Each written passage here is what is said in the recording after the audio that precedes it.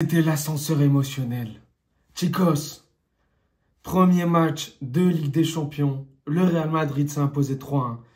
Le débrief commence maintenant. Hola chicos, buenas noches, bienvenidos a todos. J'espère que vous allez bien. Les gars, encore une fois, on a encore vécu un match très compliqué. Madridista ou non madridista, si vous avez regardé les matchs, je pense que vous êtes passé par toutes les émotions. Le Real Madrid s'est imposé encore une fois difficilement. Le Real Madrid ce soir, on a eu encore ce soir une émotion mitigée. Une victoire, j'ai envie de vous dire, une victoire qui était difficilement à digérer. J'ai du mal à digérer là, j'ai mangé lourd.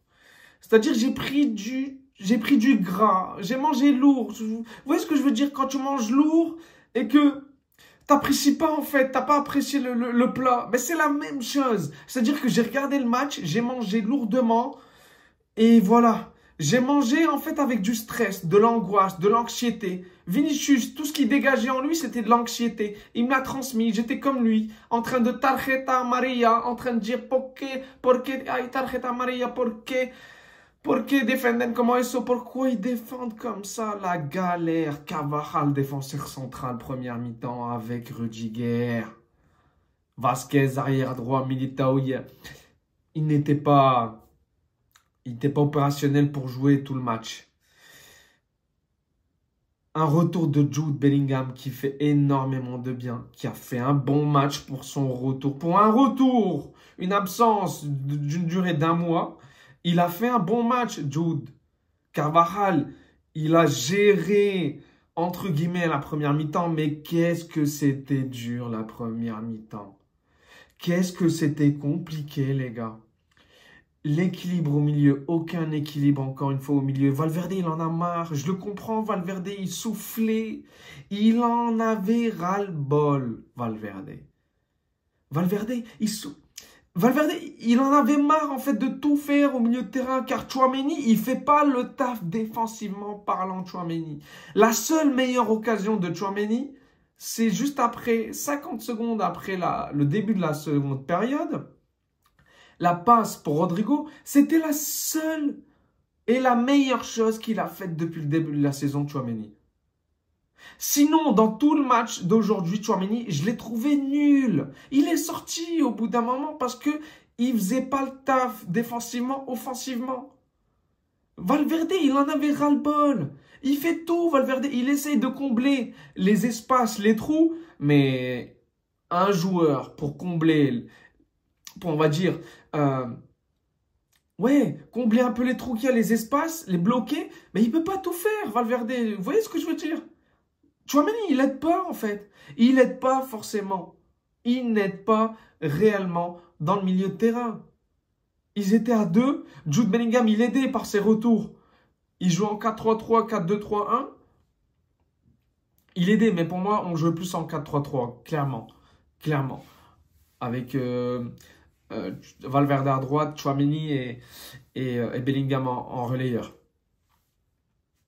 Bellingham, il a fait un bon match. Mais le problème pour moi au milieu de terrain, c'est toujours l'équilibre qu'on ne trouve pas. Rodrigo, il a fait un bon match. Rodrigo, il ne doit pas sortir. Si tu dois sortir un joueur, c'est Vinicius. C'est Vini. Ou Mbappé, l'un des deux. Mais pour moi, le pire aujourd'hui devant, c'est Vini. Je suis désolé, les gars. Vinicius, mis à part se prendre un carton jaune ou mis à part faire des mauvaises prises de décision offensivement, je suis désolé, Vinicius, il a mal joué ce soir. Je porte son maillot, mais je suis désolé, la vérité, je suis déçu de Vini, encore une fois. La Real Sociedad est là ce soir, c'est la même chose, décevant. Mais quand tu regardes l'attaque en elle-même, c'est qu'il y a une certaine insuffisance au niveau de la finition, au niveau de l'entente devant, que parfois, en fait, tu te dis, mais c'est pas possible, quoi. T'en as mal au crâne de regarder cette attaque du Real Madrid. Tu te dis, c'est pas normal. qui n'a pas de finition. Mbappé qui essaye de dribbler. Bon, il s'améliore petit à petit, mais insuffisant. Ses frappes, parfois sur le gardien, c'est insuffisant. Faut les mettre, ces frappes-là, ces occasions qu'il a eu Mbappé. Faut les mettre. Des fois, des une de ratées, des passes ratées ou des mauvaises prises de décision. Par moment, il devait la mettre à soit Rodrigo, soit Vini, mais il ne la mettait pas. Il y avait même parfois un moment, Jude Bellingham. Oh là là, il était tout seul. Vinicius, dans les dernières minutes, il doit mettre le troisième. En face à face, il rate son face à face, Vinicius. Ça montre qu'il est en manque de confiance, le Vini. À cause de qui? À cause de Mbappé. La vérité, moi je le dis, Vinicius, depuis qu'Mbappé il est là, on ne reconnaît pas le Vini de l'année dernière. Il n'est pas présent. Pas la confiance qu'il faut. Il n'est pas confiant. Vini, quand il n'est pas confiant, c'est la même, c'est comme Mbappé. C'est-à-dire qu'il y a une insuffisance. Ils ne sont pas à leur meilleure performance. Ils ne sont pas à leur meilleure forme. Et quand tu vois Vini, encore une fois, la prestation qu'il nous met, qui nous plombe, qui nous met sur le plateau, dégueulasse le plateau de Vini ce soir. Insuffisance. C'est ça ce qui pose problème, c'est l'équilibre au milieu, l'espace qu'il y a encore une fois qu'ils ont eu Stuttgart. Stuttgart, ils doivent gagner à la mi-temps. Ils doivent mener 1-2-0 facilement. On a subi encore une fois, comme face à la Real Sociedad. C'était dur. Franchement, c'était dur. À la fin du match, vous avez regardé la tête de Carlo Ancelotti. Carlo Ancelotti, pour moi, il était fâché. Il n'était pas content de ce match. Et moi, le premier. Quand tu regardes l'ensemble du match, c'est grâce au changement et l'entrée de Modric qui a fait du bien au milieu de terrain, qui a apporté le assist, qui a apporté le centre pour Rudiger. La tête de Rudiger, elle est juste sensationnelle. La vérité, très belle tête. Le gardien est sorti de Stuttgart, il ne devait pas sortir. Les défenseurs, ils étaient à la rue. Rudiger a bien joué le coup. On a mené 2-1. Mais on marque dès 50 secondes, on doit marquer le deuxième. Mais non. On a une possession juste après le but de dizaines de minutes et après on subit encore une fois Stuttgart. Et encore une fois Stuttgart.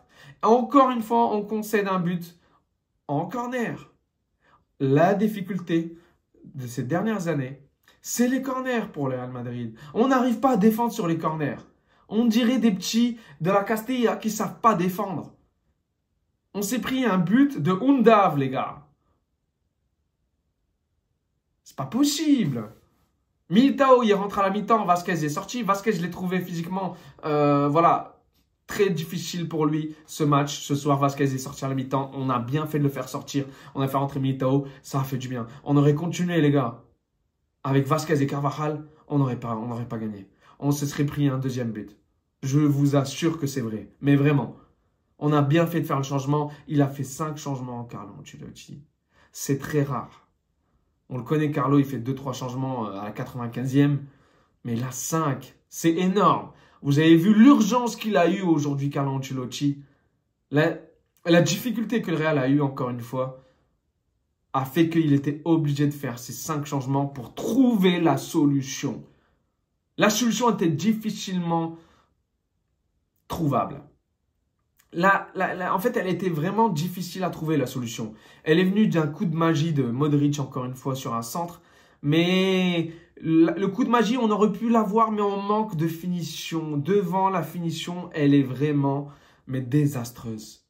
Mais vraiment. Et défensivement, on est désastreux aussi. Au milieu de terrain, en fait, l'équipe, il n'y a pas d'équilibre. L'équipe, elle est en mode diesel. Elle est en mode diesel, cette équipe du Real Madrid. Elle a du mal à commencer sa saison. Elle a du mal à lancer sa saison. Et Carlo Ancelotti n'a toujours pas trouvé la solution. Sachez-le, je tiens à vous le confirmer, Carlo Ancelotti n'a pas trouvé la solution. Que ce soit défensivement, il n'y a pas d'équilibre, il n'y a rien. Il n'y a rien, les gars. Mais vraiment, quand tu regardes le match de certains joueurs, il n'y a rien.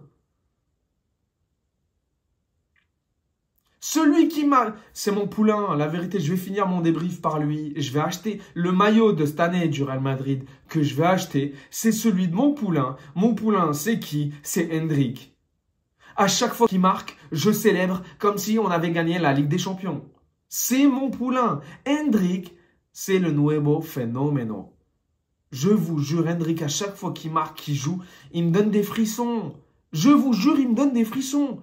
Endrick, il est phénoménal. Son entrée, encore une fois, il a pris une prise de décision tout seul. Vinicius, tout seul face au gardien, il n'a pas réussi à marquer. Endrick, 2 minutes après, sur une contre-attaque du Real Madrid, il a terminé le match. Il a dit à Stuttgart, vous inquiétez pas, ce match-là, vous n'allez pas le gagner. Endrick, il a terminé le match à lui tout seul. Endrick, son but, il est magnifique. De 25-30 mètres, sa frappe exceptionnelle. Le gardien, il a des vies, mais elle est juste exceptionnelle, sa frappe. Endrick, pour moi, doit jouer titulaire. Franchement, la vérité, Endrick, il mérite plus de jouer que Mbappé et Vinicius. Je le dis, et je suis cash. Endrick mérite de jouer titulaire. Il mérite plus de jouer que Mbappé et Vinicius. À chaque fois qu'il rentre, il montre une prestation, mais en 10 minutes, il a mangé Mbappé et Vinicius en même temps. C'est pour vous dire que le mec, l'aura qu'il a, sa célébration, il va voir un supporter, il lui serre la main. Comment jamais j'ai vu un mec de son âge aller serrer la main à un supporter. C'est pas possible. Sa célébration, elle est juste magnifique aussi. Comme son but, franchement, ce mec-là, je le kiffe, c'est mon poulain. À chaque fois qu'il va marquer, je vais célébrer comme jamais. Je kiffe ce joueur, je suis amoureux de Endrick. Voilà, je le dis. Je suis amoureux de ce joueur, il est juste incroyable. Je m'enflamme peut-être, ouais, ok, je l'accepte, mais il est trop fort. Et je kiffe ce joueur. Même si, voilà, il montre par moments des petites choses, il a 18-19 ans, les gars. Il est pour moi, moi je le kiffe. La vérité, je le kiffe. Il mérite de jouer plus que ça. Le mec, il joue peu de temps, mais il arrive à rentrer et à marquer de son aura et à marquer de son... Il arrive à marquer son territoire. Il arrive à dire, ouais, voilà, je suis là. Carlo, t'as intérêt à faire jouer mon petit poulain. Plus que ça. Il le mérite. Franchement, le prochain match contre l'Espagnol, Barcelone, j'ai envie de le voir titulaire. Il mérite de jouer titulaire. Dégage-moi Vinicius sur le banc. La vérité, peut-être qu'en mettant Vinicius et un match sur le banc, peut-être il va se réveiller. J'en sais rien. Mais Vinicius, depuis quelques matchs, il montre rien. Mis à part se prendre des cartons jaunes, faut arrêter. Donc voilà. Un match encore une fois difficilement gagné. 3-1, victoire du Real Madrid. Mais le premier match, on aurait pu ne pas le gagner finalement. La prestation du Real Madrid, elle est comme la tête de Carlo Ancelotti à la fin. C'est-à-dire, visage fermé. Voilà. Donc, encore une fois, tu n'apprécies pas le match. Encore une fois, tu gagnes. Mais tu te dis, bon, on aurait pu perdre. C'était compliqué, c'était dur. On aurait pu y passer. Ce début de saison est très compliqué mentalement pour nous, les supporters, ou même pour Carlo, ou pour tout le monde, quoi. La vérité. Donc, faut qu'il se réveille. Il faut qu'il arrive à trouver la solution. Pour l'instant, il n'est pas trouvé. Peut-être que Camavinga va changer les choses au milieu de terrain. En tout cas, j'attends avec impatience l'arrivée de Camavinga pour voir si ça change quelque chose au milieu de terrain. Chicos, d'ici là, prenez soin de vous. On se retrouve pour le prochain débrief Ligue des Champions demain ou jeudi. Et je vous dis hasta pronto. Ciao, ciao.